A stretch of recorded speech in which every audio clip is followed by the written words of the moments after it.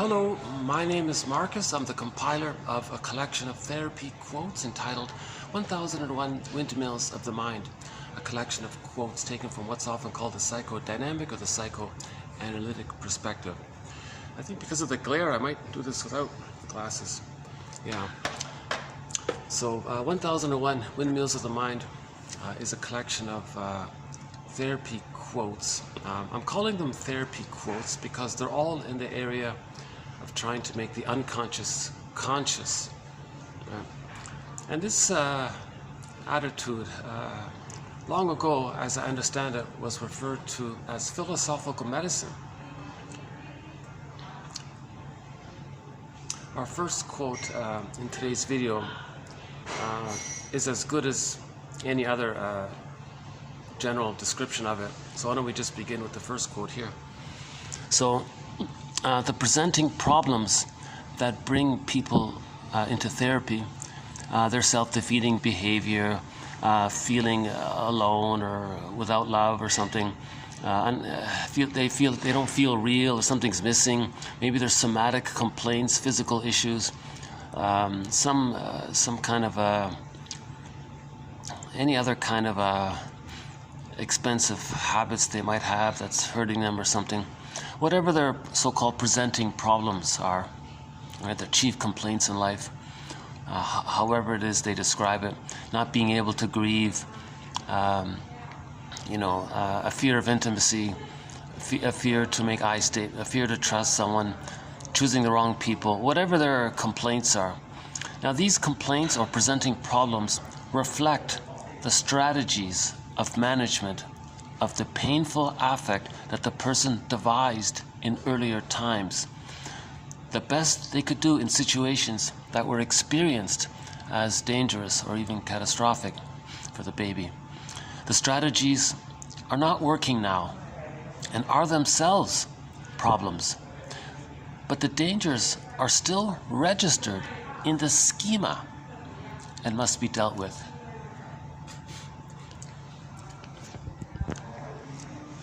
It's a deep imprint for the baby, right? He has wishes and needs. If they're not met, whatever he does to cope in that situation creates a schema, like a schematic drawing. So he's kind of like an architect. He's going to make a schematic drawing in his brain for his life. But this schema, was just meant for that temporary emergency situation because of his small, helpless size, his huge dependency, no motor skills. The mother's this giant in the nursery, and the baby can't make it on their own. So out of desperation, they create some kind of adaptations. The splitting mechanism is one of them.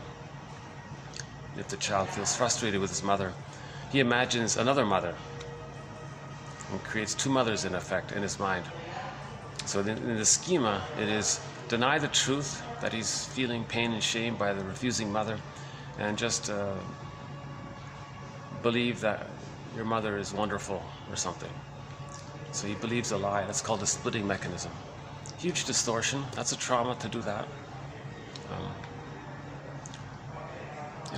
Sometimes the baby identifies with the aggressor. The theory about that is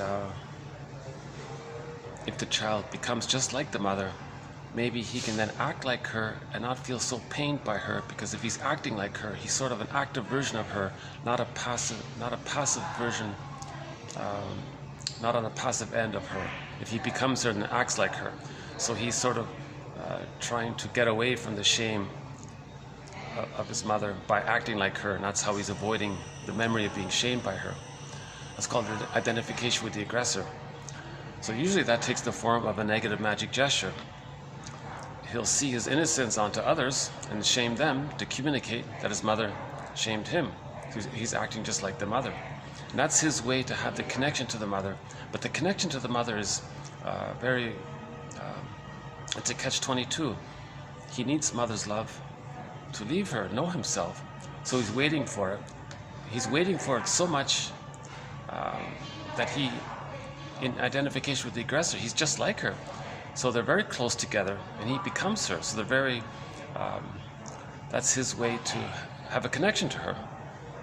while he's waiting for her love. He acts like her. Now at the same time, condensation, same time, he's angry at his mother. He doesn't direct his anger at his mother because he's become her. So that's melancholia. He can't quite do that. So he displaces it. His anger towards his mother. Okay. What he does is he sees his true self that was shamed onto others, and then acts like the mother to communicate how the mother acted towards him. So he's trying to show her up, embarrass her. So he becomes a caricature of her. It's a wild distortion. It's irrational to do such a thing. But he's trying to make it clear to himself, to others, what his mother did to him. It's called a negative magic gesture.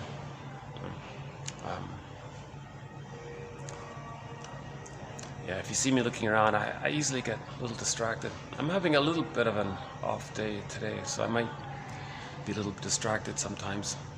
This is my fifth video here, and it's been generally pretty good.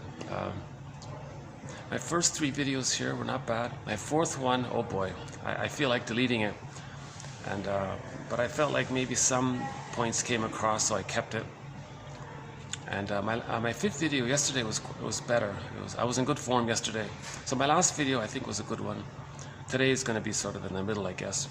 And ironically, my bad, the video where I was kind of tired, I didn't do a great job, I thought. That got the most views. I thought, oh my goodness, of all my videos, my worst one gets the most views. I thought, oh boy, I really need to not post weak videos. So, you know, some of my best videos still have no views. You know, or it might say 2 views, but the total watch time is 0.01 second, something like that. Anyways, I'm aware that delivery is important. That people will take an interest in the psychoanalytic perspective if it's delivered well, and if I can somehow demonstrate it in my delivery. But I'm not a therapist. I'm trying to learn it myself. I'm the compiler of the quotes, and I'm trying to learn this myself. So this is sort of my path to learning this so-called second language. So 1001 Windmills of the Mind is an attempt to organize a way to understand this so-called second language or philosophical medicine under 50 threads. So we have 50 topics, themes, threads, in effect, chapters of a book or e-booklets. There are more topics, but we're just starting with the 50. So for example, schemas, right? What's this schema? It's this template. Usually I've been calling it the traumatic script. Carl Menninger has a quote. He said to a client who was complaining about her presenting problems, and he said to her, you know, these presenting problems that you're telling me about, your chief complaints in life, your disappointments in life, and your self-defeating behaviors and all this, he said to her, we may say that this is what your script, or schema he means, your script is doing to you. He means his traumatic script. But let us see what we together as a team working together can do with that script. So we want to change the script. That script was just an emergency temporary script. And the child imprints it and thinks he's going to use it for the future. That's the mistake. It's no longer adaptive after babyhood time, and then it causes problems. That script actually hurts him. Originally it helped him, now it's going to hurt him. And so we want to update the script. The script is based on very desperate maneuvers of the mind. So again, we're talking about an insecure attachment style. When babies have what's called an insecure attachment style. Yesterday it was called attachment failure, attachment damage. Those 2 phrases came up yesterday, meaning an insecure attachment style. Yes, the baby bonds to the mother, but it's disorganized, it's reactive, it's anxious, it's avoidant, detached, and other forms it takes. It's a very tenuous connection to the mother. But the child must have that connection to the mother. To have that connection, he had to sacrifice himself. So he's not going to live his true self. He's going to live the provisional life, the unlived life, feeling that life is on hold. Some kind of rehearsal or something. What is it? What's going on? He feels stuck somehow because he created a schema and he's loyal to the schema. So the schema is a trauma. When there's trauma, there's repetition compulsion in the attempt to change it. That's sort of the positive intention of repetition compulsion, meaning replaying the schema over and over again. So again, Bergler's metaphor of the record. He says every neurotic is a music enthusiast, but he only has one record, one of these music LP long playing vinyl disc records. And he carries this record with him everywhere he goes. In each new situation, every time he sees a phonograph player, a record player, he spins off that one record. So that image sort of conveys the idea of repetition compulsion. He's replaying the record he created shortly after birth over and over again. That's the nature of trauma. They're going to repeat it over and over again with the hope that, with the idea that the child has unfinished business with the mother. So he wants to replay and get finished business with the mother, so to speak. So he's going to see the mother in his fantasy onto others in the present, somehow imaginally replay the past in the present, meaning the present becomes a new edition of the past, and see if they can relive the past in the present, thinking they can undo the past and get a better change history. It can't be done. They can't travel back in a time machine to the nursery. It doesn't work. But Russell says that repetition compulsion is for the person to know that there's trauma. It's a communication. It's the psyche's attempt to make us conscious. So yesterday we talked about the link between transference and repetition compulsion. So yesterday wasn't a bad video. We covered some of the basics were covered in the last video. 2 hours and 30 or 40 minutes long, that one there. Partly done on the rooftop, that one there, upstairs on the rooftop.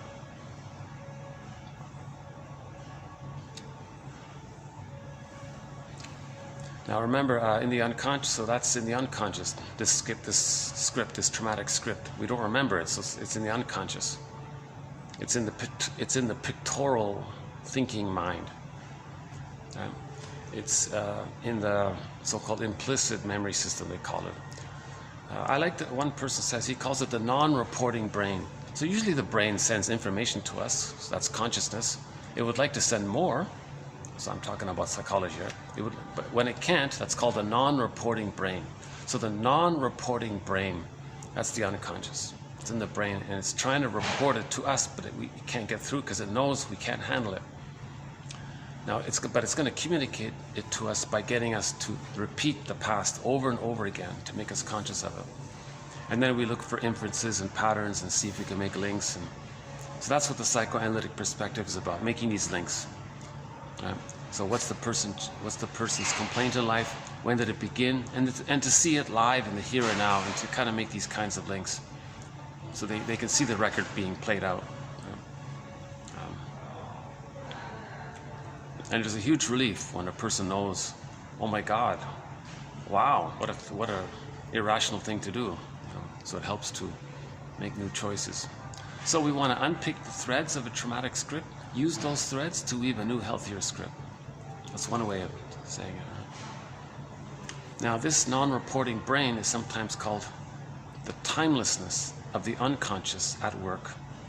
The timelessness of the unconscious at work. That's a key point, because the person's going through time, but the timelessness of the unconscious is always at work, replaying the past in the present, because it's always at that one time. It's stuck in that frozen moment in time. The image is the woolly mammoth in Siberia, preserved, stuck in a block of ice for the past 30,000 years, apparently. So we have a script. It's frozen in a moment of time. And we go through time, but that puppet master, this frozen memory, this schema, this traumatic script, is being replayed again and again. In every new situation, we spin off that record, Bergler says. That's dysfunction. It's dysfunctional to distort the present to fit the schema of the past, thinking we can change the past. So we're going to wildly distort the present.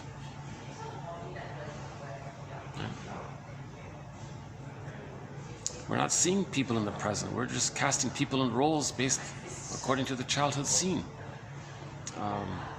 So we're not really enjoying the present. So that can be a common chief complaint of midlife. They feel like something's missing. Well, sure, their vitality, their feelings is missing. They had to sacrifice their vitality, their golden ball. So when the baby's shamed, due to mother's misattunement, malattunement, etc., baby being removed.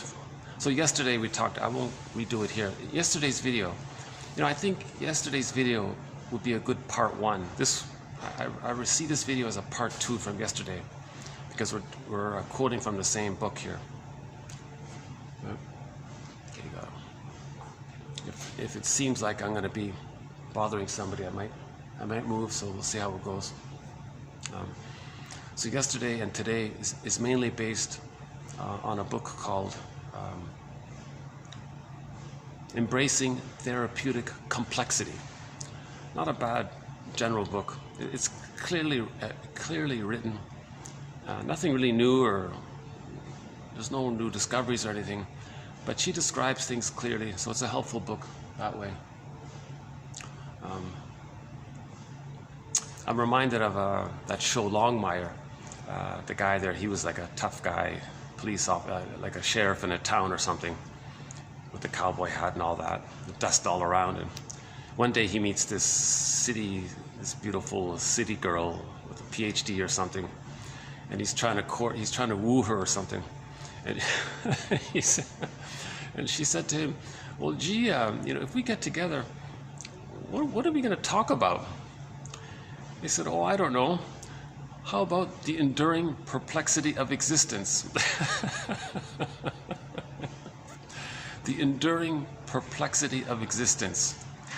Because he was trying to appeal to her mind, right? And he was a very intelligent guy, but she didn't think so. So it caught everybody off guard. That was one of the funniest lines in the whole show. Well, that's a hard show to watch, actually. I couldn't watch the later seasons. The show got more gruesome. Early on, it was sort of tolerable. Anyways, that's the only quote we have from that show, Longmire. So we have a thread on quotes from TV shows and movies. So that's just one of them, right? We did The Fugitive recently, and Route 66, and a whole other host of shows. Judd for the Defense, we have several good quotes from that show. Judd for the Defense, the legal show, starring Carl Betts, underappreciated show, great show, very psychologically minded. So we had the one from the Longmire, The Enduring Perplexity of Existence. So her book is called Embracing Therapeutic Complexity. So we want to look at sort of various factors taking place at the same time. Attachment theory, repetition compulsion, negative magic gesture, the broken record, these kinds of things.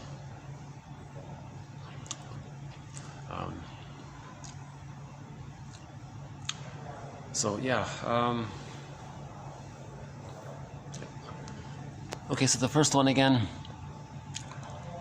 Okay, so the presenting problems that bring people to treatment. For example, feeling unreal.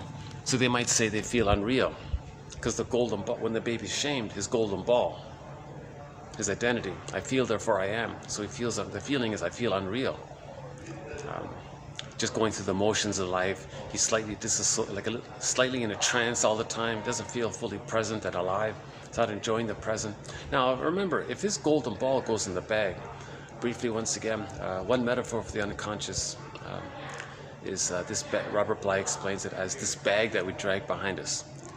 So it's the shadow, right? We don't see it, so it's dragging behind us. So it's sometimes called the shadow self, or the secret self, or the second self, or the unconscious self, or the shadow soul. It's the double self. If we were to amalgamate all of our own disowned traits that's in the bag, the traits about us that we don't know, and in a metaphysical imagining create a character of our own disowned traits, that's our double self. And in literature, that's the motif of the double, where we want to have a dialogue with our double and own what we see in our double. and accept the double as a part of us, these kinds of things. It's the one who walks with me, who's not like me, who is me. Someone's living my life and I know nothing about him. Darrow calls it a skeleton. You want to welcome the skeleton. It's just an imagining to describe, it's you, but you don't know it, so it's like a skeleton, you don't see it, but it's somebody, it's you. You want to welcome the skeleton to the fireplace, give him the best seat, treat him as an honored guest who had a right to be, who has a right to be. He's a wise teacher, teaching us that there is a conquest of the self, meaning we can re-own what we lost. Right? So we recently talked about the Phantom of the Opera. Right, the woman went into the basement. That's like going into the unconscious. Okay. Now that scary dude, that's not an external character. That's not like a separate person externally. That's a metaphysical imagining of the woman's, the singer's own pain, shame, and rage.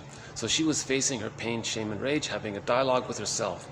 When she accepted the truth about what happened to her, when she accepted her feelings, she came back on the stage and became a better singer. Yeah.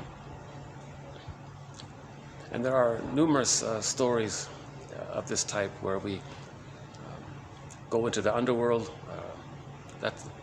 so that the image is facing shame. Again, myths and fairy tales are metaphors for internal dynamics.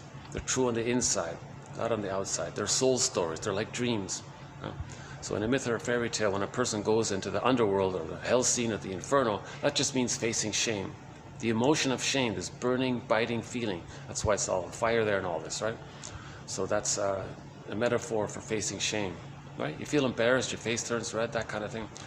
So when the baby is shamed, when the mother doesn't meet the baby's needs. Yesterday's video went into that. So for some compassion about the mother, can I refer you to yesterday's video? My rant on the rooftop yesterday here offered some compassion for women about that, and in numerous other videos, we offer a lot of compassion for women, for why they're misattuned, why they can't read the baby signals, why they're unknowingly shaming their own babies. But when the baby is shamed, he can't accept that feeling. It goes into the bag. So that's the hell scene, the inferno, right? In myths and fairy tales, facing the shame. So the child's only shamed, at the same time his vitality, this golden ball, aliveness of affect, a wide range of affect, needed affect, appropriate affect. So if he can't feel his feelings, and all he has is the amygdala, right, fighting for the stress response syndrome. Again, in the movie Inside Out, we saw the two, not the split, but actually she calls it a kind of split. We saw the two worlds, right? Joy and sadness, representing the golden ball, the range of aliveness of feelings. Joy, the characters joy and sadness. We're in the unconscious world. Look at this fantastical imagining world, Alice in Wonderland world in there. It's primary process thinking and pictorial thinking, timeless world there. And on the console of a person's life, it was the characters' fear and anger mainly. Right? That's the amygdala. So he's impulsive and always hyper alert and hyper vigilant. They're missing the wide range of feelings. So if the golden ball goes in the bag, they don't mourn losses. Because when there's a loss, you need your feelings. If you don't have your feelings, you can't mourn the loss. So if a person doesn't grieve, that's complicated grief, aggravated grief, prolonged grief, the derailment of the grief process. If a person doesn't grieve, things in their daily life can remind them of the loss. That's a re-triggering of the pain of the loss. It can have a snowballing effect. That snowballing effect can lead to emotional fatigue, soul loss, burnout, nervous breakdown, etc. And a loss at midlife can bring on, as a delayed onset, the original strain trauma from childhood. So the constant misattunements over time build up. That's called a strain trauma, or a relational trauma, interpersonal trauma, developmental trauma, as opposed to a surprise shock trauma. But it's masked over. But a loss at midlife can bring it up. Now the person has PTSD from the original strain trauma or developmental trauma. Then the person can become a curmudgeon late in life. Not an elder, not contributing, not being generative. He's bitter, stingy, miserly, greedy. He's irritable. He's quite you know, a grumpy, grouchy person, right? Because he's getting older, everything reminds him of the loss. He's triggered again and again, so every little thing triggers him. So that's why he's the curmudgeon, right? Because he never could mourn losses. In order to mourn losses, we need our feelings. But when the baby's shamed, he puts his feelings in safekeeping. He puts it in he gives it to the double self. So he's got to dialogue with the double self and get it back. If he dialogues with the double self, he'll get it back. That's the goal. We want to dialogue with the double self. That's the whole point of psychoanalysis, to dialogue with the double self and get back, re-own, reintegrate, resynthesize what we lost. Robert Bly says that's what we do. We spend the rest of our lives trying to get back at what we put in childhood. And that's the moral of the story of the play, The Student of Prague. Very good little book, it's called The Double by Otto Rank. It's a short book, but excellent book. And he describes that play, The Student of Prague. There's a silent movie on it. It's not very good, but anyways, the idea was sort of there. You could sort of see it. In the movie, you could see the guy relating to this other guy. Again, it's a fantasy, it's a metaphysical sci-fi story, right? And he never, the conclusion was he never understood that this other guy he was quarreling with was him. Finally he got into a big fight with that person, and when he hurt that other person, he was hurt. And on the tombstone it said, "Here lies a guy who fought with himself and lost." So the moral was, we got to befriend ourselves. We've got to befriend the skeleton, like this opera singer befriended the phantom guy. Again, that's not an external second person. That's just an imagining of this own traits of herself. So we want to befriend our disowned traits. We want to reintegrate, accept back what we lost. So we need, as babies, we needed to bury or repress or disassociate or not perceive aspects of ourselves, our feelings, our needs, our wishes, our need to grow, our need to develop, our wish to love and be happy. We had to sacrifice all that. Yeah. That's what happens with trauma. The baby sacrifices himself, like the title of that self-help book, which says, "Do I have to give up me to be loved by you?" So in effect, that's what the baby does. And we have a good quote about that in the last video. So yeah, the last video was pretty good here. So we got a little family here. You know, actually, the rooftop might not be too bad. I'll wait a few minutes just see how it goes. Hold on a sec. Let me take a sip of my ridiculously overpriced, high-season tourist trap coffee. Oh, there it is there, right?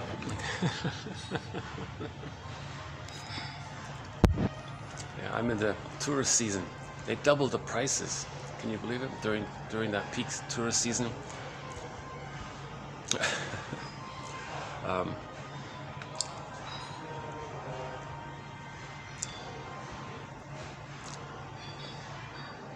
So what's in this script? Knowledge of the schema.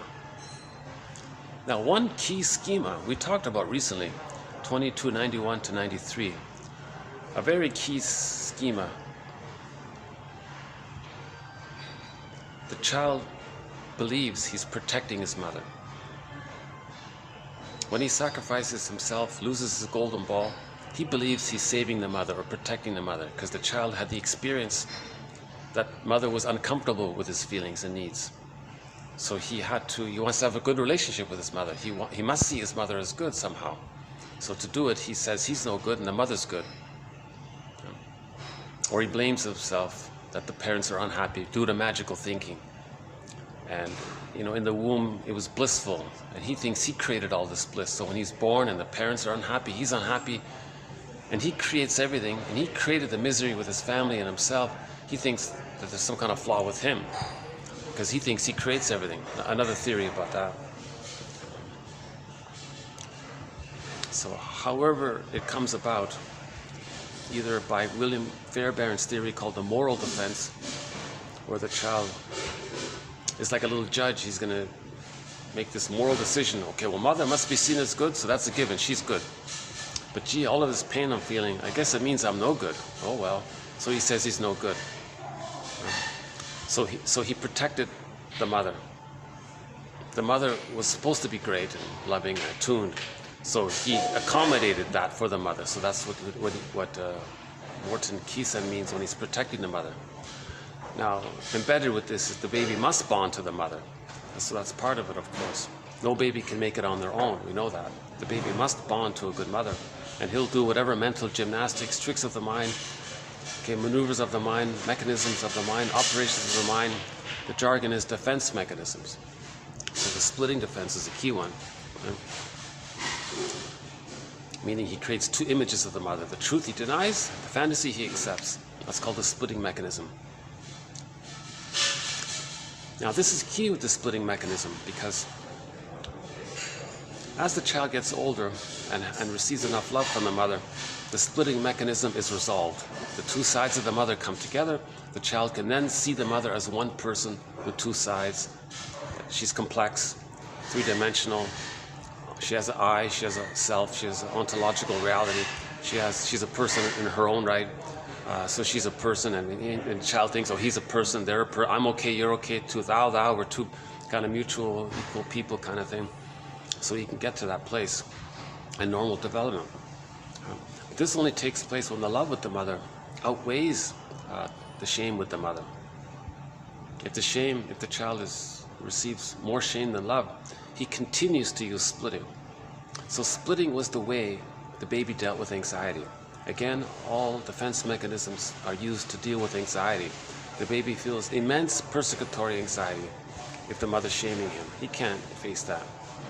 The way to not face that persecutory anxiety is to hallucinate that the mother's a goddess and deny, repress, and not believe that his mother is his mother, and that his real mother is his fantasy one. So it's a desperate maneuver, but it worked. It worked, but it becomes a script. If it's not changed by the age of 3 and the splitting is still there, that becomes a script, a schema, traumatic script. That's a serious issue, because splitting doesn't allow the child to know himself, to differentiate from the orbit with the mother. So in normal development, the child is loved enough, the two sides come together, then he differentiates. So the child needs the love to see the two sides. He's okay with that.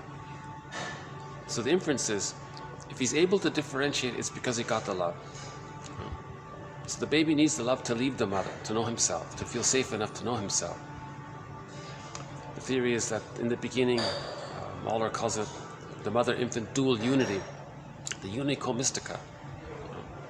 The baby doesn't know where he ends and his mother begins. The stage of symbiosis, the stage of fusion. We're talking about psychology, emotionally, that kind of thing. Just like in the womb, it was all about the baby, and everything around the baby was just sort of an extension of him, there to serve him. It was all fused like that.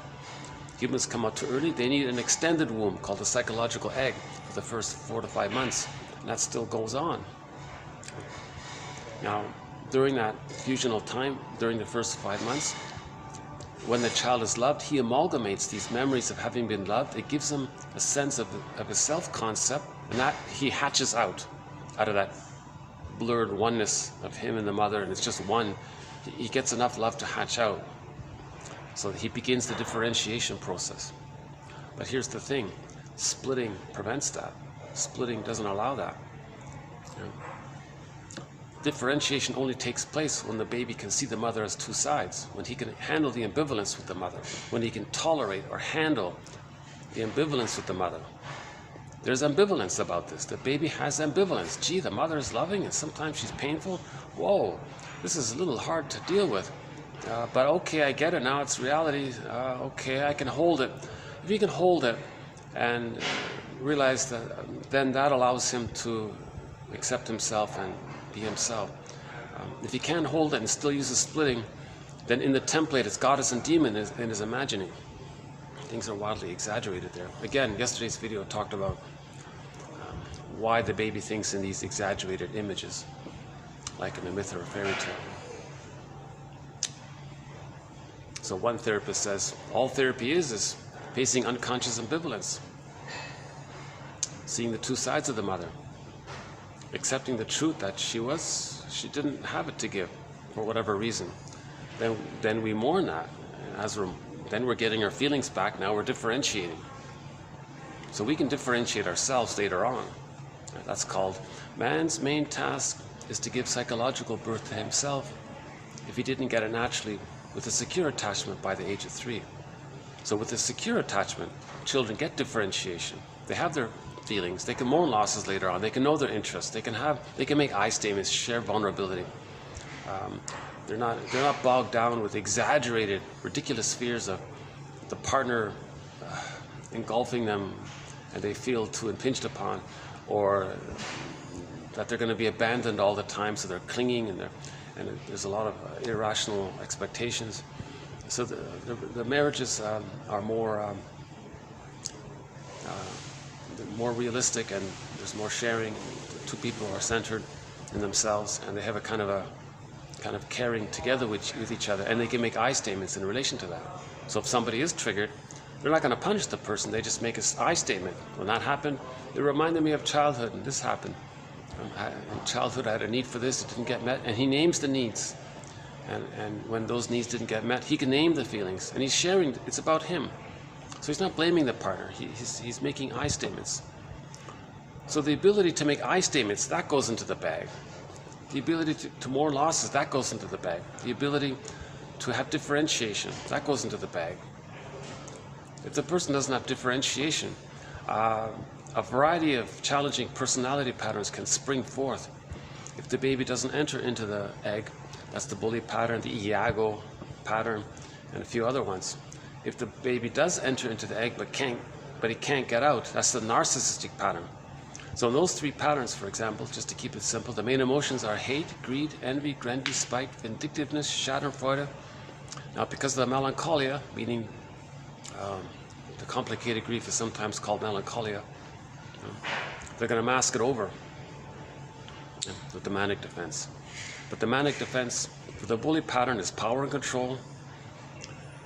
They want to force someone else to be the breast mother. It can't be done, so the boulder rolls down the hill. They didn't enter into the egg, so they're looking for someone to be the breast mother. But that's the power of the timelessness of the unconscious at work. It wildly distorts reality. No lackey can be the breast mother, But a person with the bully pattern is going to frighten someone, shock someone, get them to respond to them, and that's some kind of sense that somebody's responding to them.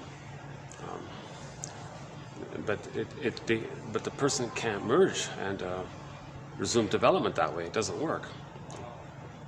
The first 3 years was a one-time deal. The person can't still try to do it. If they do, that's wildly dysfunctional.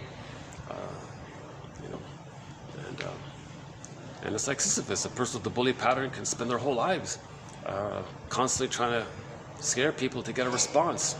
That's all they're getting. Now they get schadenfreude by that because they don't admit the fear that they feel inside if they scare others. So they feel a little stress relief. They feel better that way. So there's the schadenfreude.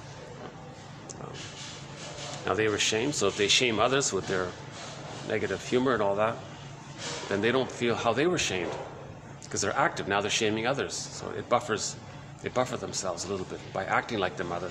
So they're an active version of the mother. They didn't leave the mother. They're not getting the love from the mother. They're just being an active version of the mother. But this time, because they're active and others are the victim, they feel less, they don't feel the shame within. They see others' shame. They feel a little momentary distraction from their shame. Because of that distraction of seeing outward shame, through the comparison, they preserve their narcissism, the one-up position, so they feel a little better that way. But it's just for a moment, and then a minute later they do it again. It doesn't stick, right? The narcissistic pattern, they're not as belligerent as the bully pattern one, but they're also negative and cynical, and they're always right. So cynicism. So those 3 patterns A couple of things are taking place. Infantile megalomania and what's called part-object relating. Babies in the womb think they're little gods, it's all about them. This continues post-birth up until the age of 18 months. But if their arrested development is prior to 18 months, they still hold on to the feeling that it's all about them. So they have an image of themselves called the idealized self, the grandiose self, taking refuge in the grandiose part self. Infantile megalomania, primary narcissism, it's all about them. Now remember, babies in that receiving mode, it's all about them. The placenta did everything for the baby. The nipple, the breast, and the breast mother before the mother does everything for the child. And the child thinks everything is there to serve them. That's the narcissistic pattern. So they're chasing that. They expect that from others. Now that's called part-object relating. The baby's relating to so-called quote-unquote parts of the mother. The placenta, the nipple, the breast mother. But those are kind of parts, so it's utilitarian. So they see others in a utilitarian way, like the baby so-called saw the mother in a utilitarian way. We don't say that with the baby, but it's one way, right? It's the baby's just receiving, he's just taking in it. That's needed for his growth and development and all that, right? But emotionally, if he's trapped there, he still operates out of that schema, that others are just utilitarian, just to serve them, take care of them, respond to them. They don't love others. Love hasn't entered the psychological picture yet. Gratitude hasn't entered the psychological picture yet. The main emotions are hate, greed, envy, ingratitude, of course, ingratitude, spite, vindictiveness, Schadenfreude, the cynicism, searching for the one-up. In cynicism, you put others down, you feel one-up, you get serotonin. So that's their main sense of pleasure, shaming others to feel one-up, to get the serotonin. Because they're operating out of the amygdala. Right? The amygdala is the survival mechanism, right? So in the mammalian frame of reference, the one-up position or status or something makes the person feel safe. They get serotonin. They're not feeling pleasure from their interests or from sharing or from the joy of all sorts of activities. They're not really getting that. They're only getting pleasure through Schadenfreude. So these are very negative personality patterns. Now they may cloak it over, they may rationalize it and hide it if it serves their underlying patterns, right?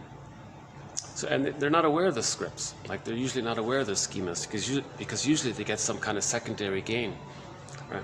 They get some benefits from it. Right? So therapists in the books, they always say they very rarely seek help or something because they think nothing's wrong. They think life's simple. Looking out for number one,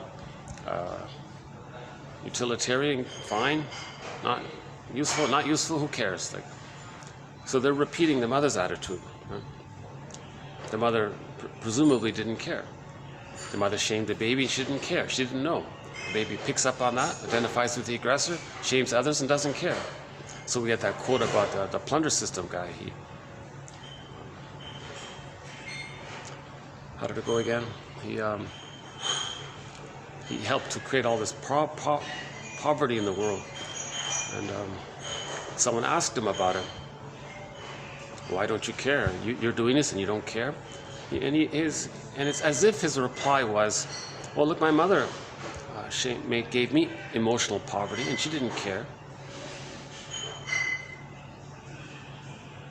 Something like that. I'm not going to do the sociological sub-thread to our main thread on the psychoanalysis of prejudice. A major thread, the prejudice one, and in that one we have a sub-thread on the sociological factors to it. That takes quite a bit of time to go through that, and we did spend a few hours on it recently, so we won't go there today.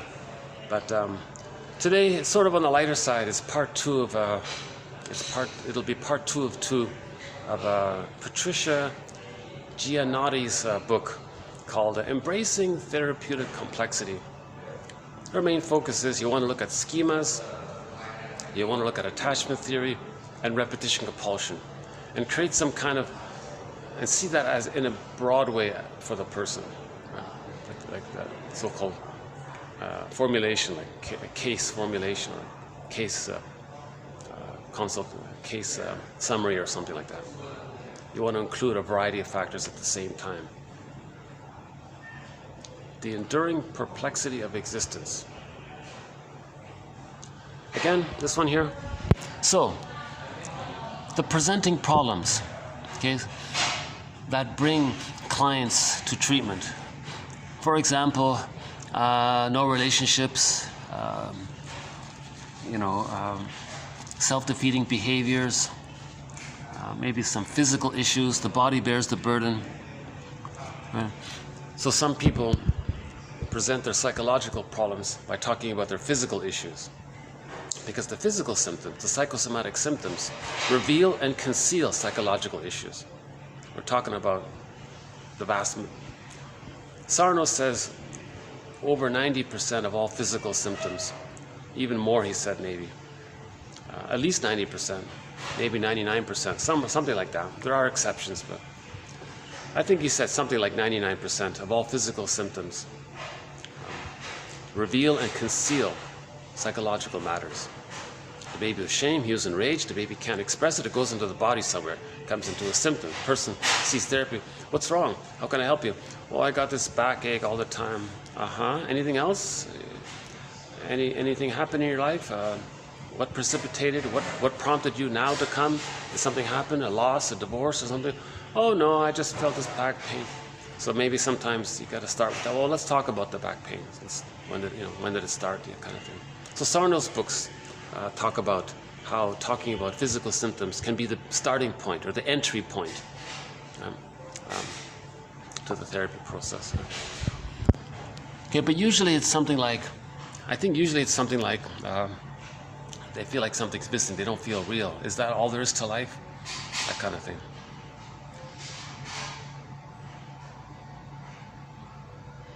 And maybe, Mariam Woodman said a lot of her female clients came in because they had some kind of eating issues. So that could be one way. Another entry point. Woodman says if you analyze eating issues, that's a gateway. That's a good entry point or starting point for the healing journey, right? Okay, so the presenting problems, or the so-called chief complaints that the person has, whatever they are, right? They reflect the strategies of management of the painful affect that the person devised in earlier times.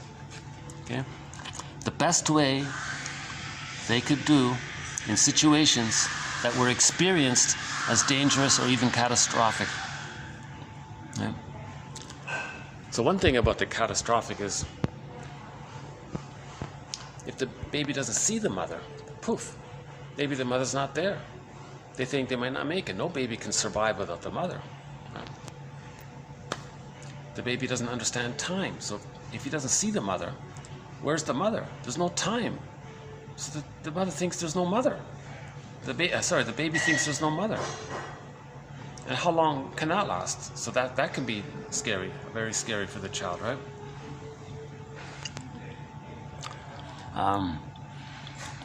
So they came up with, they devised, right, various strategies to manage this pain, right?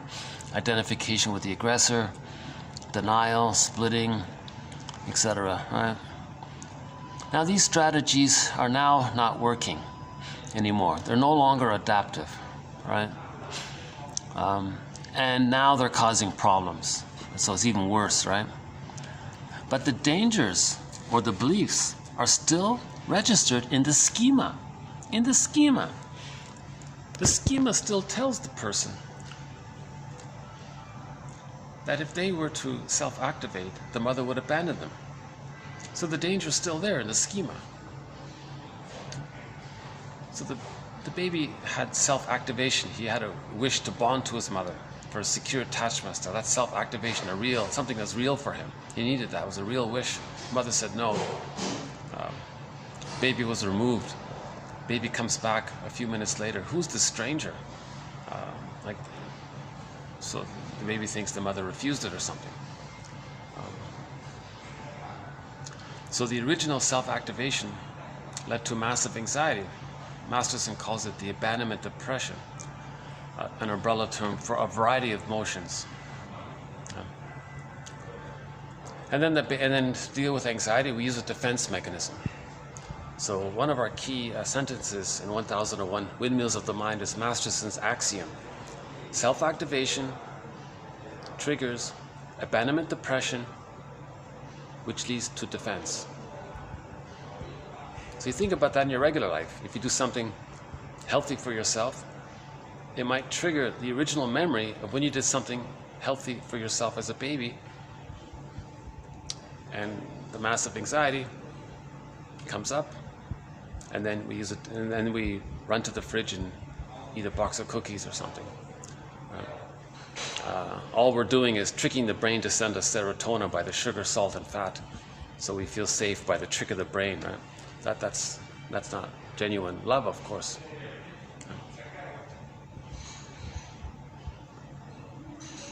Yeah, Woodman says the cookies are a symbol of the wish for love. The baby wanted sweetness from his mother. When the baby doesn't get sweetness from his mother, he looks for sweets later on, and the sweets is a symbol for the sweetness missing.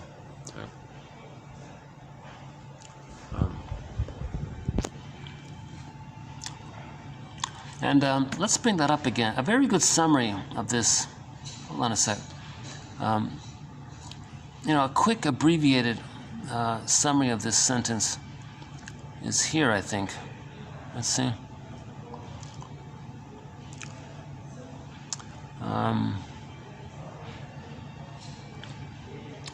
It might take me a while to find it.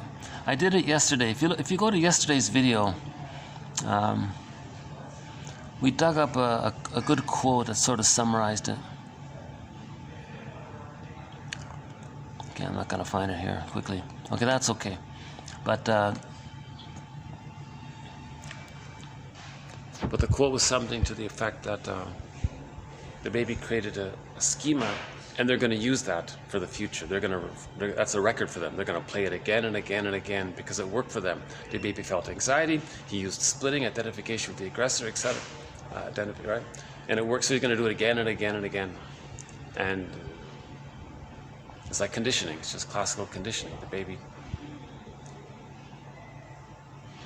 those maneuvers of the mind took away his anxiety or made him not feel his pain. That's the record he carries with him, called the schema or the schemata or the template or the stencil or whatever. It's in the timelessness of the unconscious. It follows the person through time, and it replays it again and again. So we want to look at this schema. What is the schema? So one schema, as mentioned earlier, is the one by Kisen, 2291-3. Dysfunction equals protecting mother.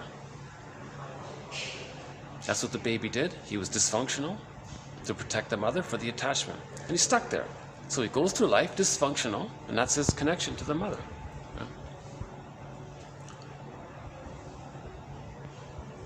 So the exercise was, if somebody's triggered in the present, and you're blaming somebody now for something, okay, you're protecting the parent.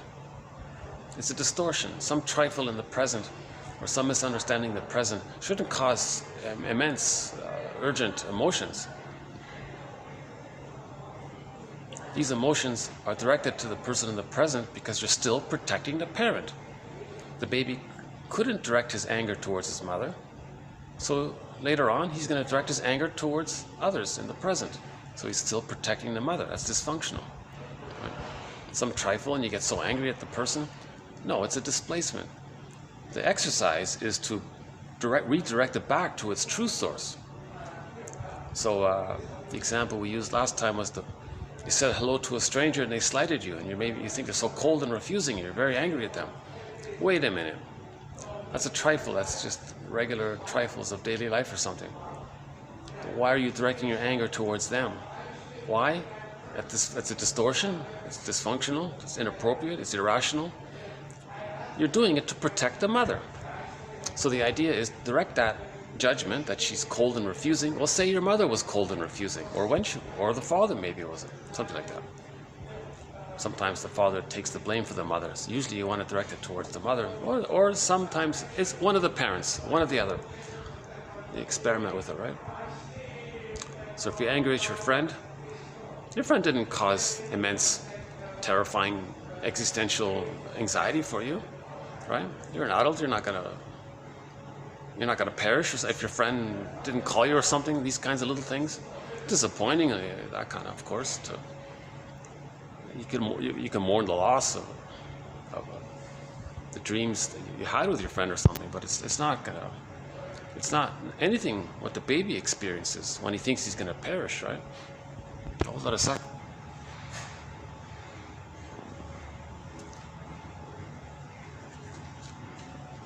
Let me just deal with a little itch here. Okay, so the exercise is when you're triggered, redirect your thoughts and emotions and judgments and opinions and etc. to the parent.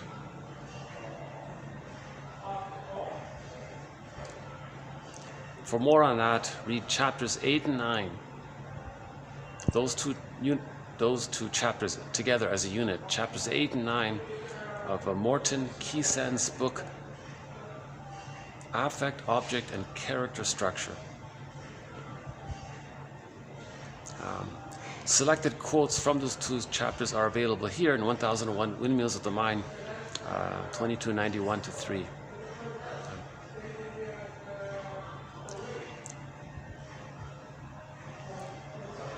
So again, the schema, it's a broken record.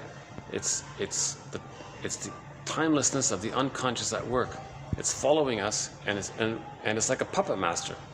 It's getting us to replay that scene of the crime with the mother, where the baby sacrificed himself to protect the mother. They're doing it again and again. Now, this sacrificing ourselves to protect the mother, this dysfunctionality that springs forth around it, takes a variety of forms, depending on where the fixation takes place with the parent. If the fixation is before 5 months, Iago pattern, bully pattern, lower functioning BPD pattern, symbiotic character disorder pattern, I believe. If the fixations, if the baby enters into the union with the mother but can't leave, okay. If the baby does differentiate from the mother, right, at 5 months, and he loses his narcissism at 18 months. But between 18 months and 36 months, he's stuck there. That's the codependent pattern, the pleasers, the clingers. Right? So love and gratitude have partially entered the psychological picture for the pleasers and the clingers. And they do have more care in relationships with others. Right? The earlier ones, the stingers and the bully, no. It's utilitarian. They don't care, no empathy.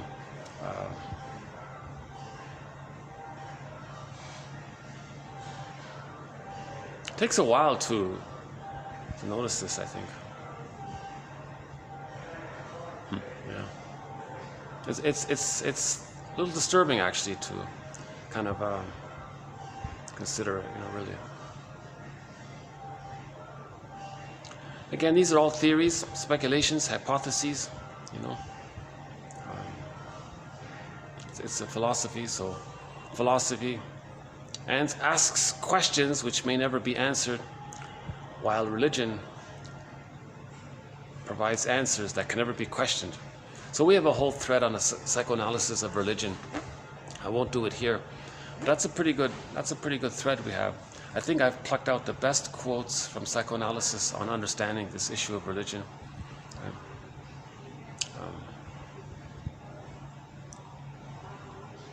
The purpose of religion is to encourage the splitting mechanism, because in the religious stories they often say goddess and demon, goddess and demon. That entrenches the splitting mechanism. And the splitting mechanism is needed for prejudice. Prejudice comes from the splitting mechanism. Now, prejudice is needed for the prejudiced personality, us or them, us versus them mentality.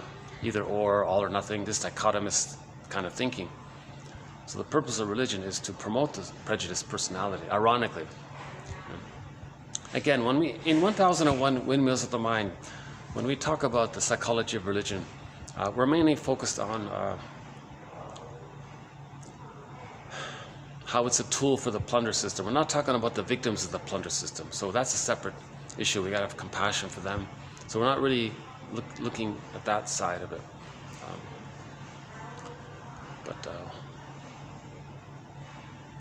In another day, I'll see if I can update the psychoanalysis of religion one.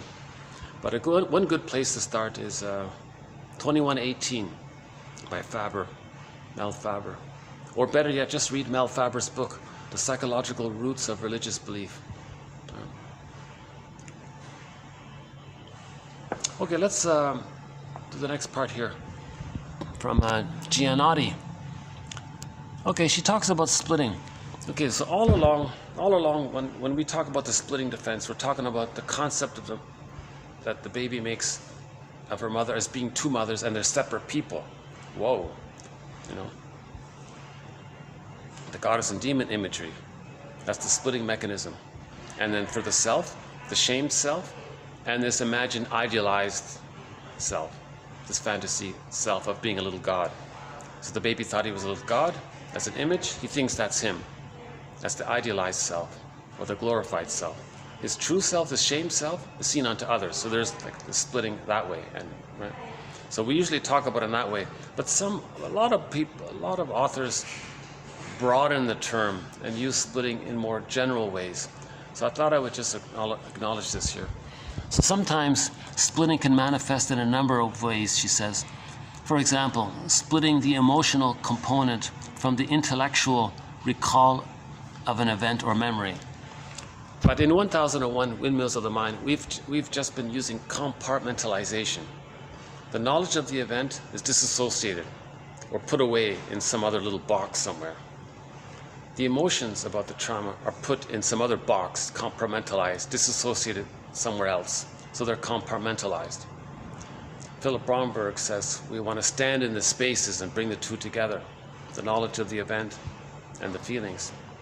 That's why we're engaged in repetition compulsion. We're looking for memory and feeling. We repeat again and again because we're searching for memory and feeling. Once we get memory and feeling, we stop repeating.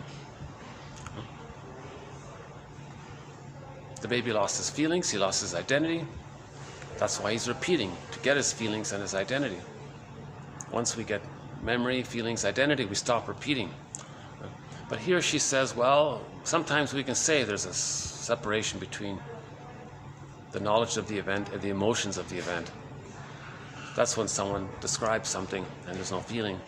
Even when they feel safe, I'm not talking about in public in a cocktail party, I'm talking about even with their closest confidant, they're talking about something important and they don't show any feeling, they separate the feeling from it. So that means even when they feel safe with someone, they still keep it separate. So she's calling that a kind of splitting, I guess. Okay, splitting two emotionally charged states. Okay, so there's good versus bad, right? Yeah, this is the goddess and demon one. That's the one we're talking about, goddess and demon. Creating a tendency to blame out or blame in.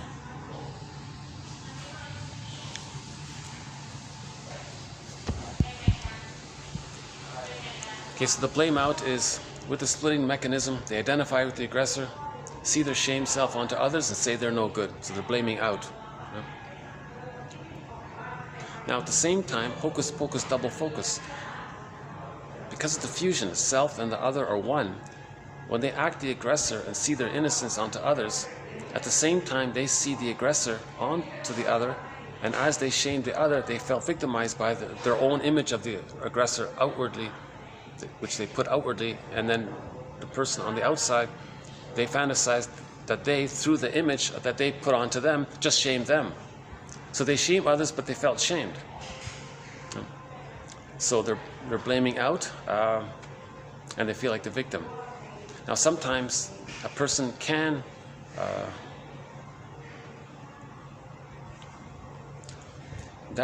these situations are when trauma is before 18 months. If the trauma is between 18 months and 36 months, the person holds on to the original, I'm not okay, you're okay. Again, all babies begin with, I'm not okay, you're okay. Okay? Either because of magical thinking they created the problems, so they think they're flawed because of the problems they created, so they think they're no good. or in correspondence, in needing to believe the mother being wonderful, they just conclude they're no good. However it is, it takes place. All babies think that they're no good, mother's good. So that's I'm not okay, you're okay mindset. Yeah? Now, with severe trauma, the baby can't even hold on to that basic truth. He identifies with the aggressor, sees his innocence onto others, and says others are no good. So so identification with the aggressor, the person's going to say, I'm good, I'm okay, and you're not okay. Now, when they say I'm okay, they've adopted this hallucinatory image of the ideal glorified self, blurred it in with the image of the mother as being this goddess, powerful one, put it into one. Now they're very, all about them, and they're very powerful, right? So they're okay, of course, with this fantasy, right? Now, when they say others are not okay, they're talking about themselves, their shamed selves, their true, shamed, wounded. It's called the hungry, enraged, empty part self, or the empty self, or the despised self, the hated self, whatever. They see it onto others and say that they're not okay. Now, some children don't cross that line. They're loved enough, they got enough crumbs of love, to hold on to the truth of the original, I'm not okay, mother's okay. So if they can get past 18 months and lose the narcissism, and they enter into the codependent area, they're a little more psychologically healthier, but they're very emotional because they always take the blame on themselves. They blame themselves all the time because they're still holding on to I'm not okay, others are okay. You see? So that's the blame in one. So ironically, the blame in one, it's more painful, but they're actually closer to I'm okay, you're okay. The conclusion is meant to be I'm okay, you're okay. Anything other than I'm okay, you're okay is a sign of trauma. The milder trauma is the I'm not okay, you're okay. The more severe trauma is I'm okay, you're not okay. And Iago once says, oh, you're not okay, I'm not okay. So he's sort of an introverted, cynical version of the bully pattern one. Okay, splitting from mind and body, external from internal, with an overemphasis on one versus the other.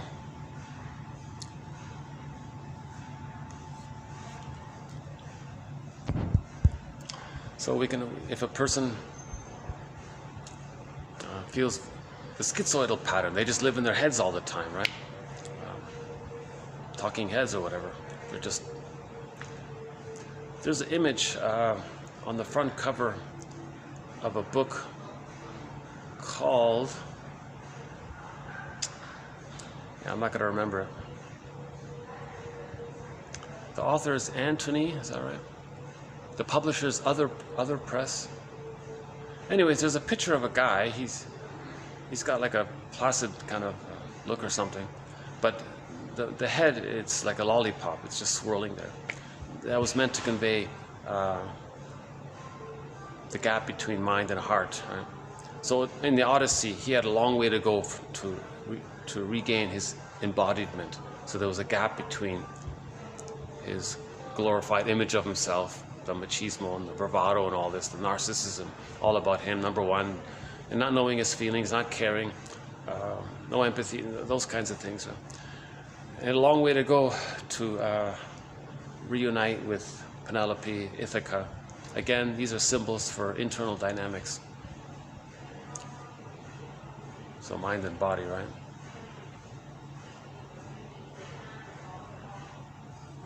So we want our mind and body, we want to feel it together. We want to be in our bodies. We want to be embodied. I think that's why we like sports stars so much. Athletes, you know. I just saw some guy in Africa, in a village, little village, do a long jump. So he ran, and he just flew in the air, and I just pointed his arms up and made the gesture and landed perfectly. I'm sure he broke some kind of world record or something. Just some guy in some little village in Africa, I think, doing the long jump. He felt very embodied, right? Like he looked very relaxed. He wasn't stressed. He just ran, flew, he floated, he landed perfectly. He was in touch with his body. He was in harmony with himself. and hence there was that extra ability, right? Woodman talks about some of these ballet. She praises what's his name, Nureyev or something, a great Russian ballerina, a male ballet star. Was it Nureyev or something? She always says that this guy was very much connected to himself. So when he could jump, he could really swirl in the air, and he was in himself. He wasn't pushing himself to swirl. He wasn't in pain. He just felt the connection to himself, and that gave him a little extra kind of vitality there, or something like that. I think that long jump guy I saw this morning in the village in Africa, I think he had that kind of thing. So a lot of sports stars, they're kind of embodied. That gives them a little strength, right? But sports stars that are just on muscle and not connected to themselves, it's kind of painful to see that one, right? Running on endorphins, you know, they're in pain and the brain is sending them the mercy chemical endorphins to numb it out. That's not embodiment, right? Okay, so we'll see if we can update that one there. Ignoring or minimizing parts of the whole because they threaten or contradict current beliefs and assumptions. So prejudice can come from there, right? Okay, minimizing the impact of a painful event or excusing the actions of others to protect one's idealized wishes in hopes that things will be different next time. So maybe that's the codependent pattern, right? So the codependent pattern uses the sweet lemons defense. They're not, that's a splitting, right? They say they're no good and others are good. That's a kind of a splitting mechanism, right? So to preserve that, they use sweet lemons. If they see something wrong with the other, they deny it. No, it's not bitter, it's sweet. They lie to themselves. It's a rationalization. They make excuses for them, they cover it up, because they want to believe that the other's good, because they want to resume development. They're still looking for a good parent to finish development, so they're always looking for that. So they'll make it up if they have to. Right? So their irrational beliefs is in service of the splitting that they're still using of they're no good, others are good, right? Something like that. Exhibiting a fuzziness in thinking, tracking, sequencing. So that's disassociation, right? They're blanking out, not concentrating at school. So their attention is away. So their mind is away from their bodies. That's a form of splitting. I have to confess, I had a doubt about whether or not to include this. I don't honestly think when we use splitting, we should be using it so loosely like this. But anyways. Exhibiting a sense of depersonalization or derealization. Yeah. So that's the chief complaint in life. They feel unreal. Right? So do we say that's a kind of splitting? The real feelings are in the bag. They feel unreal. The real is there. They feel unreal. That's a kind of splitting? I don't think we should use the term splitting for that phenomena. But some people do. Yeah. She writes more sort of halfway between therapy and self-help. So maybe that's what it is. Right? Splitting to the degree that one cannot remember one state while in another. Okay, this reminded me of Eric Burns, right? So sometimes, the main ego states are, if we're regressed, that's the child state. Now, if we identify with the aggressor, that's the parent state. The parent state is the child state. The child imitating the parent, but it's still the child imitating the parent. That's not an authentic parent. The authentic parent is the adult state. So an Eric Burns model called PAC, parent, adult, child, 3 ego states. The parent is really the child. The child is the victimized child. The parent is the aggressor, and they've identified with the aggressor, and the child identified with the aggressor. Now they're going to be the aggressor as the parent. So the parent is a negative thing. The parent is the negative parent. The A is the healthy parent. So let's just keep it simple. There's the child state and the adult state. Now, when the person is in the adult state, they may just accept that and forget. And maybe they might forget that when they were in the child state a few days ago, maybe they forgot about it. So they don't believe it or something like that. But a few days ago, when they were in the child state, they forgot that they could be in the adult state. So when they're in one, it's like a trance and they forget the other. When they're in the other, likewise, they're in a trance and they forget the other. But the adult state is not a trance. No. The adult state is present. So the trance would be the difference between the child state and the parent state. So if a person accepts themselves as shamed, that's one state that they're in. If they panic and identify with the aggressor and imitate the parent, that's another state they're in. Maybe like this. So her theory is that if you're in one state, you might not be aware of the other state, so it's a kind of momentary splitting. Again, I don't like using the phrase splitting for these kind of general other ideas. So I'll just leave it at that. And let me just stick to the general understanding of the defense mechanism of splitting. Baby is truly related to a frustrating mother. He creates an image of her as a devouring monster that wants to eat him, explained yesterday. Hallucinates that the mother's a goddess. In his template, his goddess and demon, and they're separate. That's the splitting mechanism. And that's what causes all these problems. Splitting precludes differentiation. Therefore, splitting precludes mourning. Splitting precludes knowing our interests and mutuality. Splitting precludes the ability for intimacy, making I statements. Splitting precludes love and gratitude. Because you're just still in this panic state of denying the pain with the mother and identifying with her and shaming others to communicate that you were shamed. While at the same time you're shaming others, you felt shamed because you hocus pocus double focus, you projected the rejecting mother onto others whom you just shamed, but now you think they just shamed you. So double think comes from there.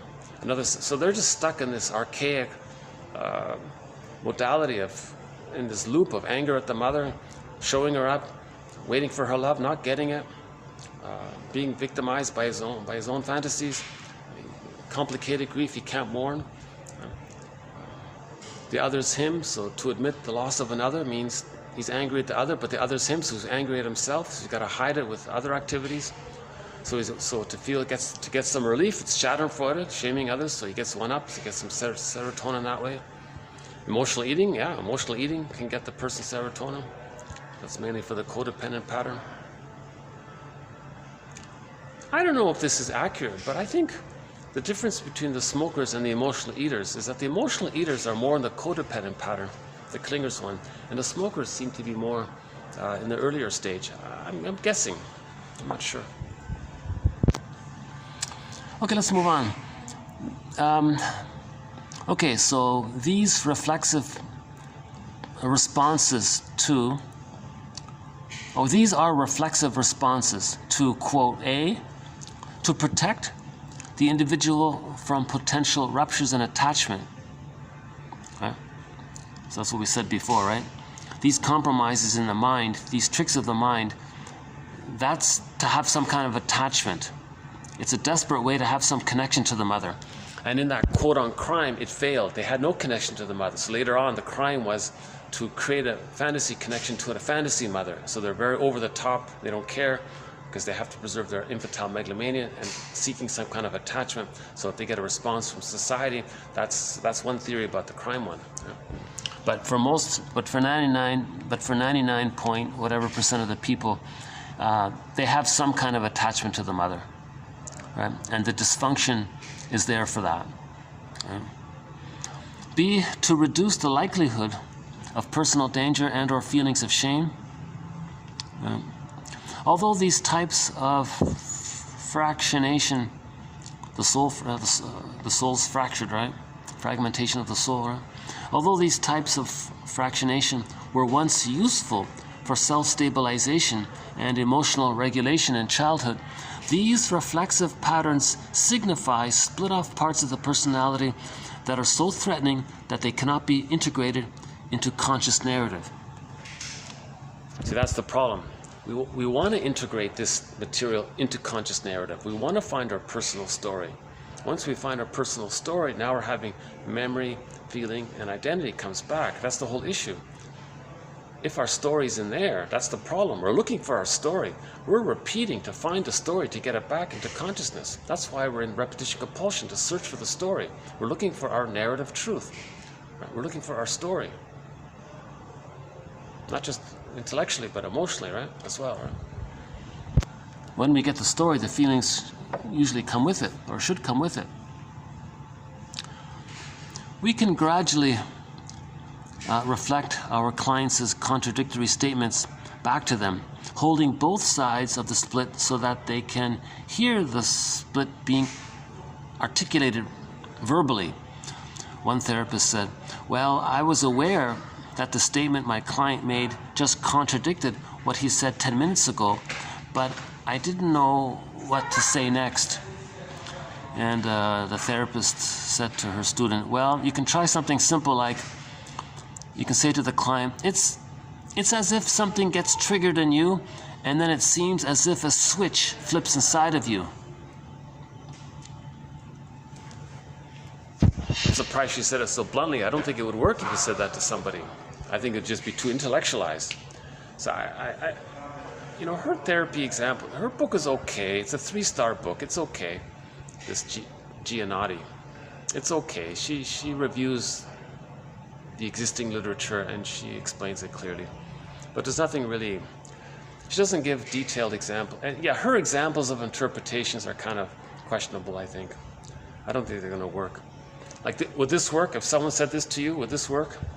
Okay. So let's say somebody's prejudiced. One minute you think they're great, next minute you think they're the opposite. The therapist says, it's as if something gets triggered in you, and then it seems as if a switch flips inside of you. I don't know, maybe. So a person with a narcissistic pattern, if they think something is utilitarian, oh, it's useful, it's okay then. The moment the supply wasn't met, or they didn't idealize them or something, oh, they're completely devalued. Click, click, it's like a switch inside. Useful, so it's okay. Not useful, it's no good. Either or. It's a dichotomous kind of thinking, right? The person couldn't see and accept them as a person in their own right, with feelings and needs and their reality. They didn't care, because the person with a narcissistic pattern only sees people in part object relating, utilitarian way, like the baby relating to the placenta, nipple, breast mother, right? They're not seeing the fullness of the person. They don't care, right? Because they have identified with the aggressor. The mother didn't care. From the baby's perspective, the mother didn't care. When the baby was shamed by the mother, the baby thinks she didn't care. So he identifies with her, he doesn't care. So people that don't care, they're trying to say that their mother didn't care.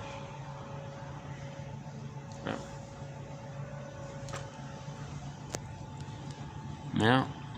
We talked, compassion for the mother is in the last video.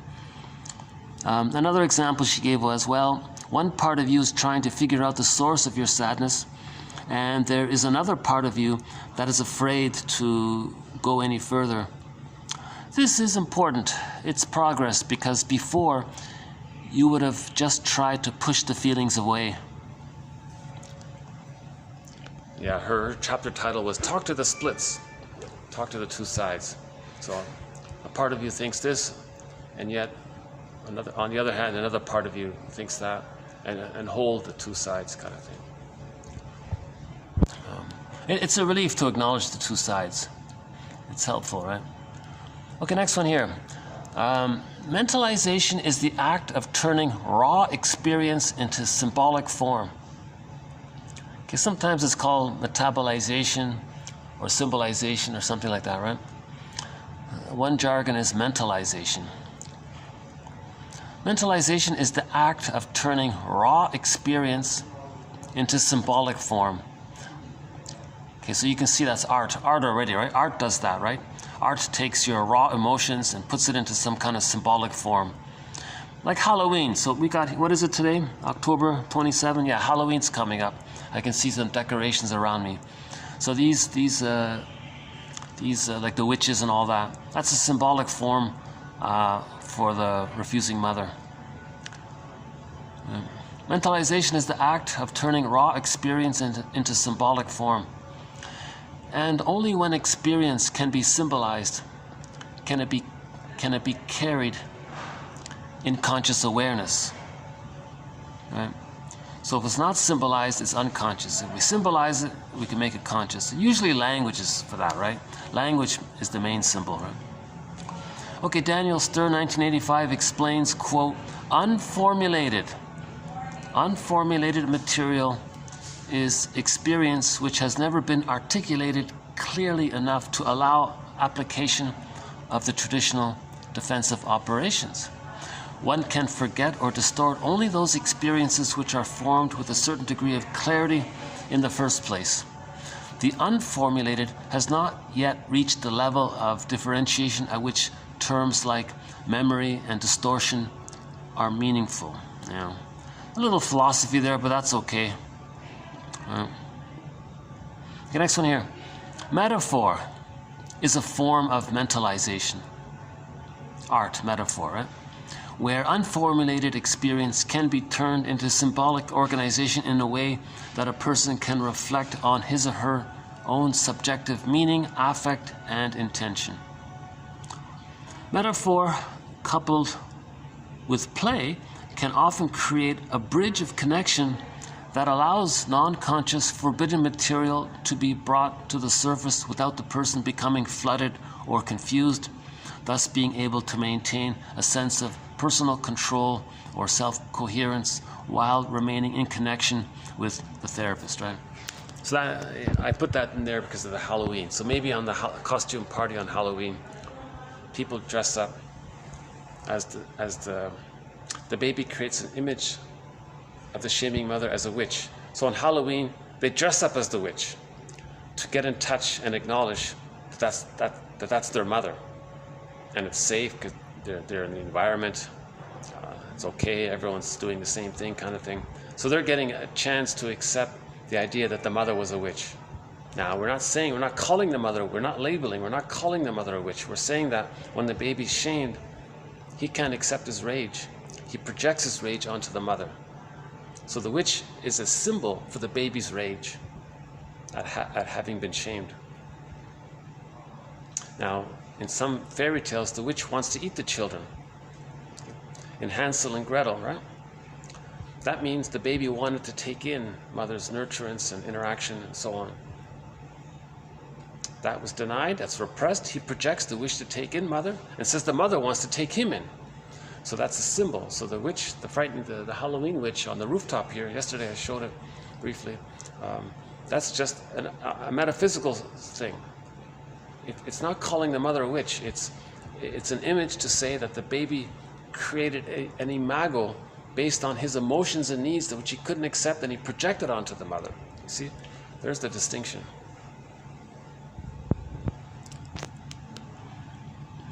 Human beings have a drive to represent. So we're always looking to communicate. We have a drive to be understood, to communicate. That which has not been recognized must be enacted before it can be assimilated into one's expanded sense of self. So that's a good example of projection, something we don't know about ourselves. We're going to say others have it. Then we can own that it's within. So it's out to know that it's in, right? Okay, somebody named Stephen Kuchak, 2021, defines self-states as, quote, separate individual units of being within the psyche. Each of these states are comprised of thoughts, beliefs, emotions, memories, behaviors, and values that either result in an overall state of coherence or states that may become more or less disassociated from one another. Patricia DeYoung points out that disassociation can often create a barrier between self-states. Okay, I'm going to take that out. I don't go for this stuff with the self-states. I think it's unhelpful. I think it's confusing. I think it might even be a little more harmful than helpful. Actually, I thought I took that out already. The only way I can see it is in the terms of the child state and the adult state. but the child state can take maybe different forms. But we're meant to be aware of it all the time. But they're saying sometimes you forget the other one. This is common. What they're trying to say is sometimes you're stressed out, you forget the times when you could handle a problem in the past. Do you remember you faced problems in the past and you got through it? Yeah, I think okay. But sometimes in the moment you forget that. So when you forget it, that's a self state, and you're disconnected from the memory of similar times when you could handle your disappointments. Yeah, let's scrap this whole self. Let's just scrap. I say let's scrap it. I find it very unhelpful, even damaging. I think the concept promotes disassociation.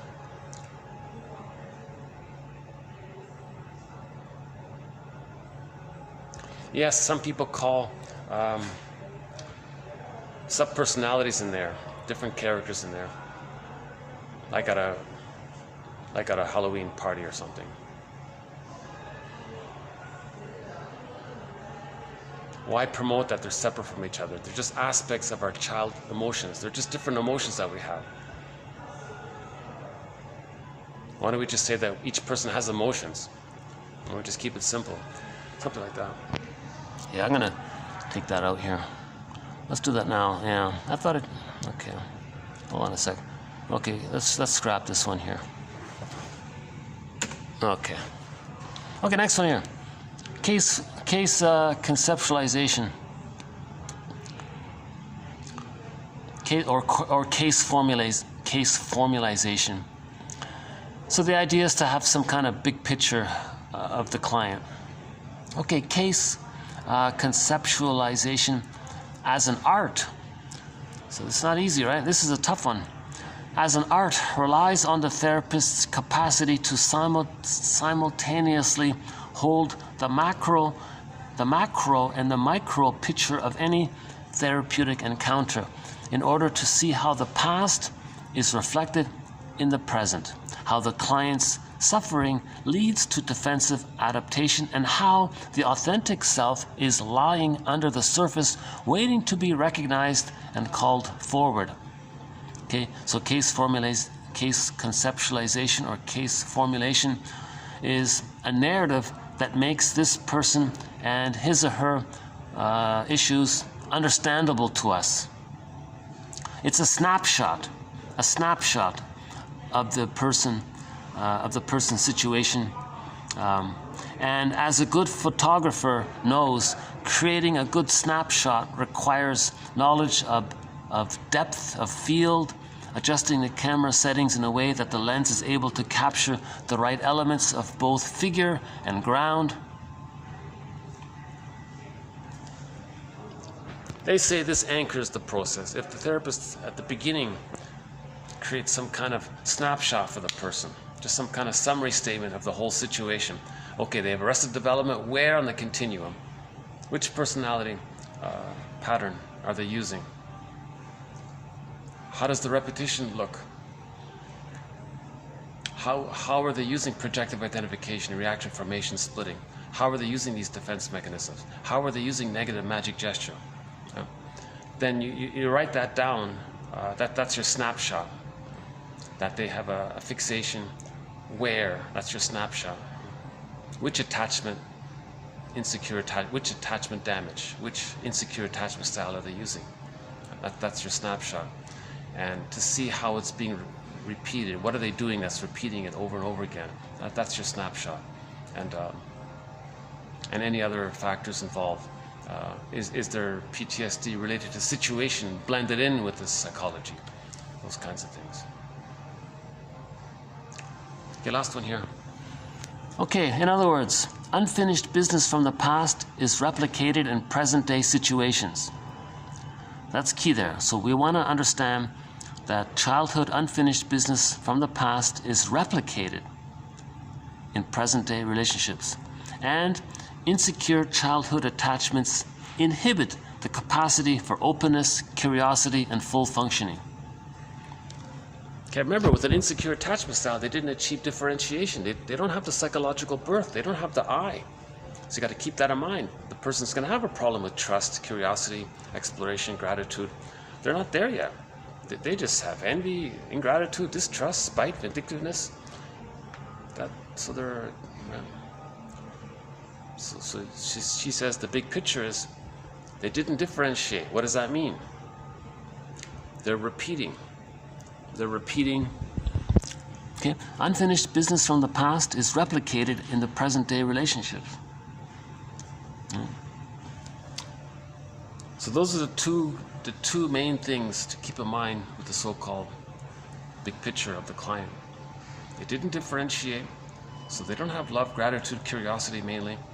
The main emotions are hate, greed, envy, etc., spite, vindictiveness, ingratitude, distrust, of course, cynicism.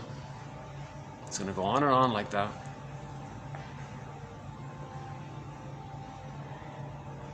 The bitter, what is it called? The bitter biting speech, or the bitter banter, that kind. That's the oral issue, right? They're still they're angry and they want to take in. The cynicism is to put the other down, to communicate that when they were a baby, the mother put them down. That's a negative magic gesture. So they're stuck with these kinds of things.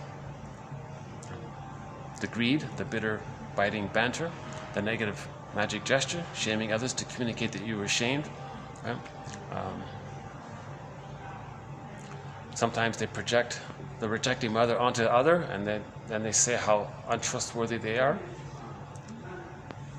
Or they identify with the rejecting mother, see their innocence onto them, and shame them to communicate that they were ashamed. So they're just mainly doing these kinds of things.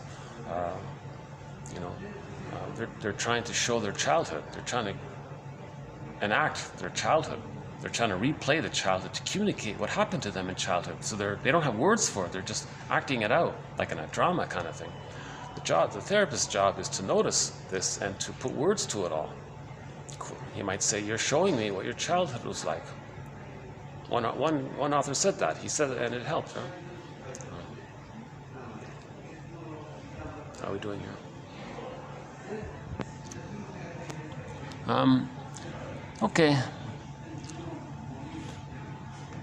Okay, mentalization. So that's our first time with this new jargon here. Mentalization is the act of turning raw experience into symbolic form. Okay. Usually we say symbolization or metabolizing something, right? You want to metabolize your emotions, and if you accept it and can put words to it, then you've sort of, right? Sometimes it's unformulated material. So it's not a bad phrase there, mentalization. Maybe we'll use it sometimes. Metaphor can help mentalize our feelings. Of course, art and poetry, right? Fairy tales, these are all an attempt to mentalize things, make it a part of our narrative. Because there's this drive to represent, this drive to communicate. Now, if we have language, then we don't have to act it out. We act it out because we don't have the language. So either we repeat and don't remember, like Sisyphus, or we mentalize somehow through metaphor, find our story, feelings, mourning, identity, etc. This idea of the snapshot, right? I like this little conclusion here. Unfinished business from the past is replicated in present-day relationships. Insecure childhood attachments inhibit the capacity for openness, curiosity, and full functioning. That's a very good sort of conclusion there, right?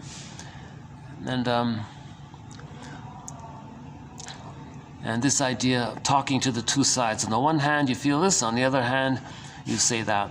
Now we have a self-help exercise similar to this from 2 years ago when we started this project.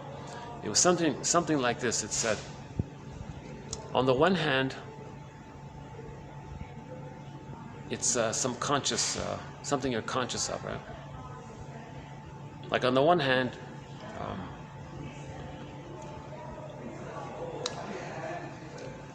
you know this coffee is too strong, right? Well, that's emotional, right? And yet on the other hand, you're still willing to drink it or something. So there's the two sides. I know I don't really like it, yet I'm still willing to drink it. I'm noticing the two sides of it.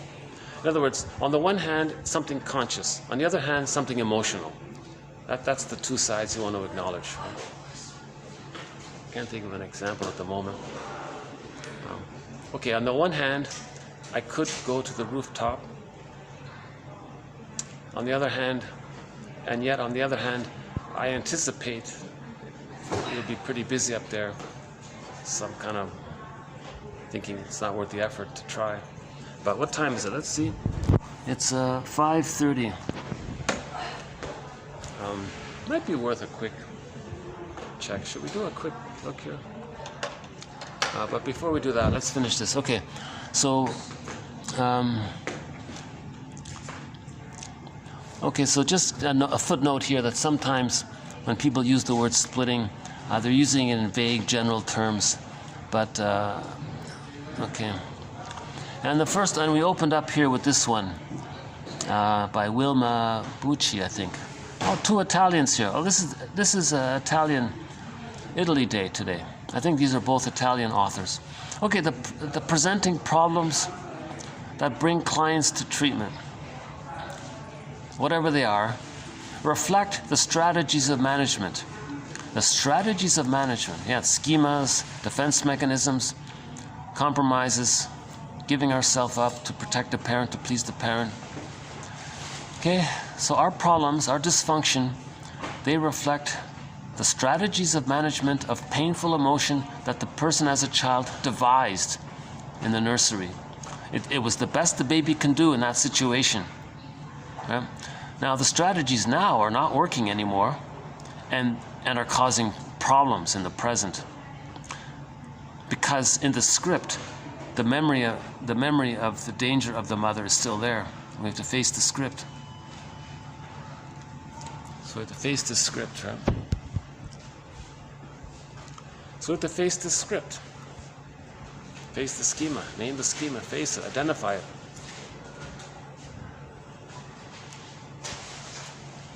We want to unpick the threads of a traumatic script and use those threads to weave a new, healthier script. I think one of the best images for this is that animated film, Kirikou and the Sorceress.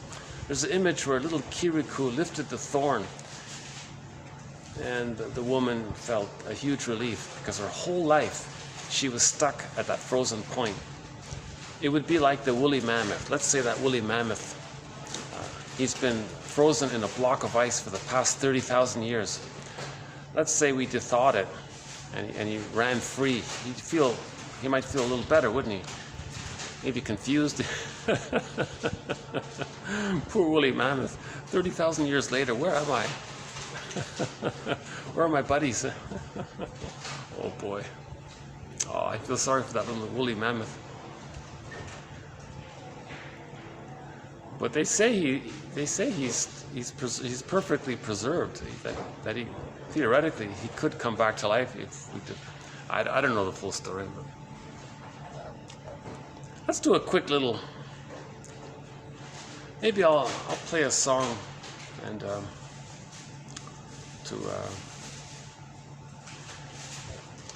to wrap up our video here.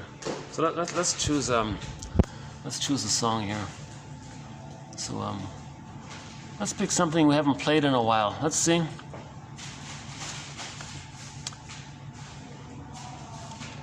Yesterday's was a good song. We played Willie Dunn's song, Son of the Sun. That's a good song.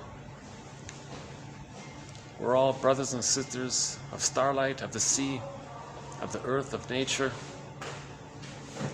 Bury the hatchet, he says. Peace to make.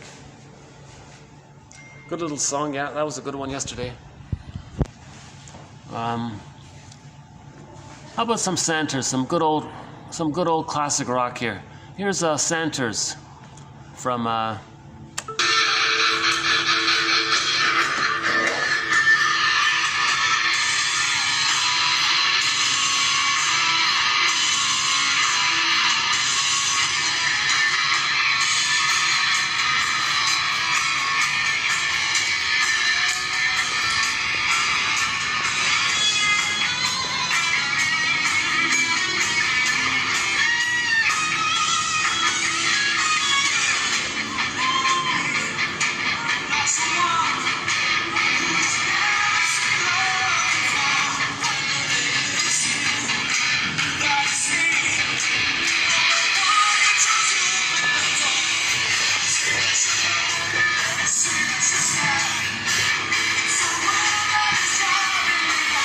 It's always interesting, this angle here. This is the Santos Band, a song called Mistreating Heart. He's one of our musical voices.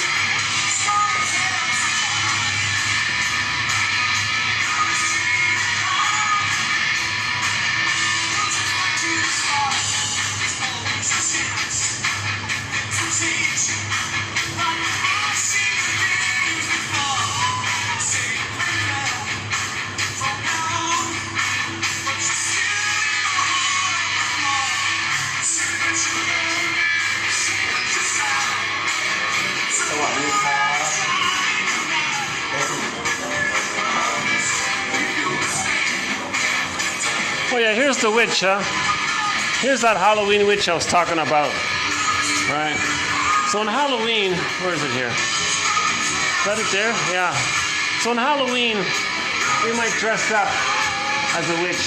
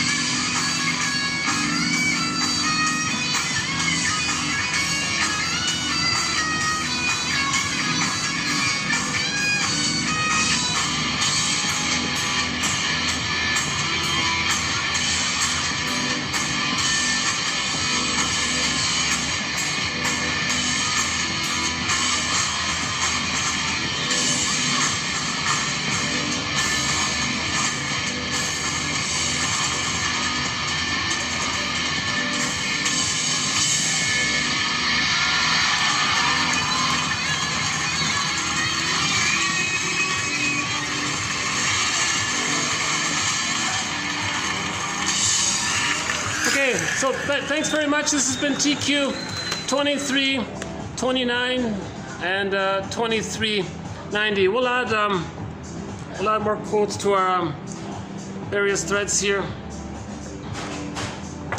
I'm tempted to play our theme song here. Why don't we go back down and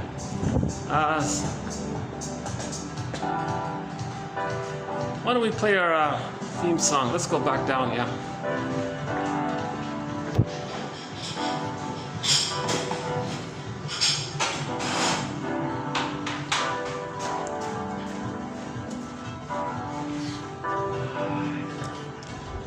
Our theme song to 1001 Windmills of the Mind is Katja Epstein's German rendition of the song 1000 Windmills of the Mind. Right, here we go.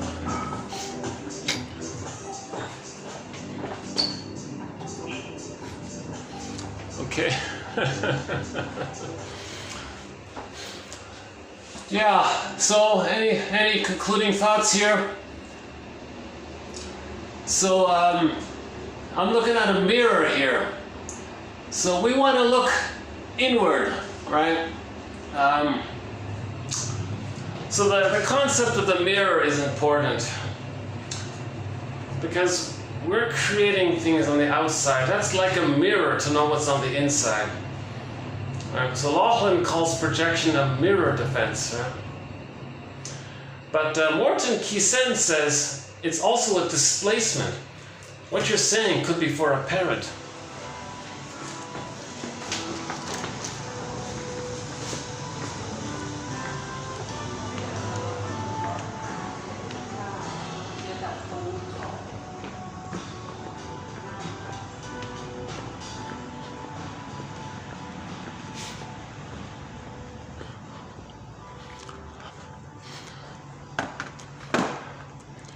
I think it'll be okay if I play one song here. Hold on a sec. Let's get this back up here.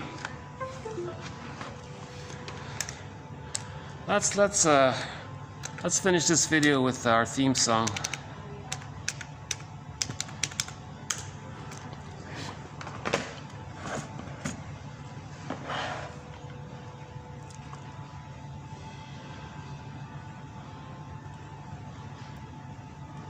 Okay, here we go.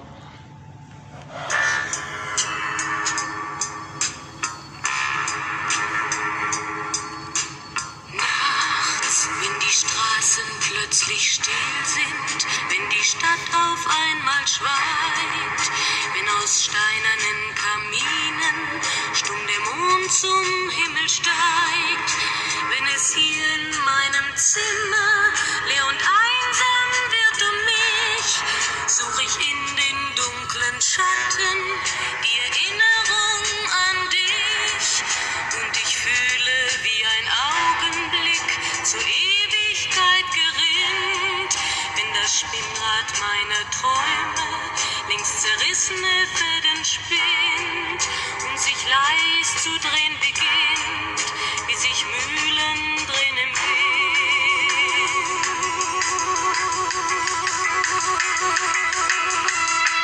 Es kreisen die Gedanken ohne Anfang, ohne Ziel, wie die schnellen Wellenringe, wenn ein Stein ins Wasser fiel, wie ein Kreisel, den die Peitsche übers Straßenpflaster treibt, wie Spiralen, die ein Adler in den Abendhimmel schreibt.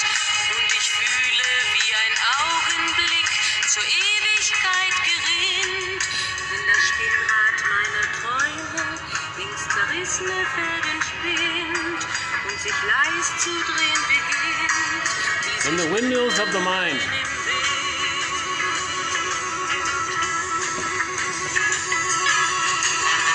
Tausend Fragen ohne Antwort, tausend Fragen ohne Sinn. Warum flog für uns der Sommer wie ein Pfeil so schnell dahin? Hat der Herbstwind gar die Spuren unserer Liebe schon verweht? Wenn erst weiße Flocken fallen, ist es dann für uns zu spät. Sah ich eben nicht im Dunkel deinen Schatten an der Tür, hoffte für ein paar Sekunden, du kämst doch zurück zu mir. Doch warum sich selbst belügen? Längst ist meinem Herzen klar, dass der Pulsschlag dieser Hoffnung nur mein eigener Schatten war.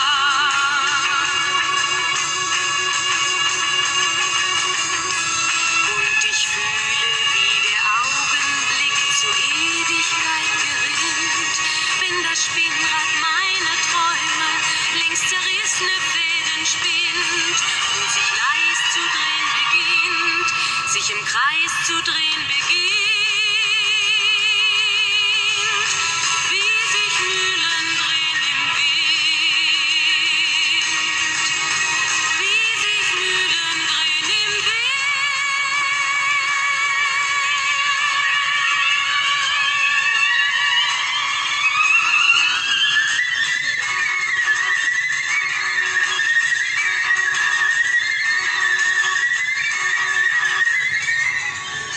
Okay, so thanks again. I'll see you in the next video. So, bye for now.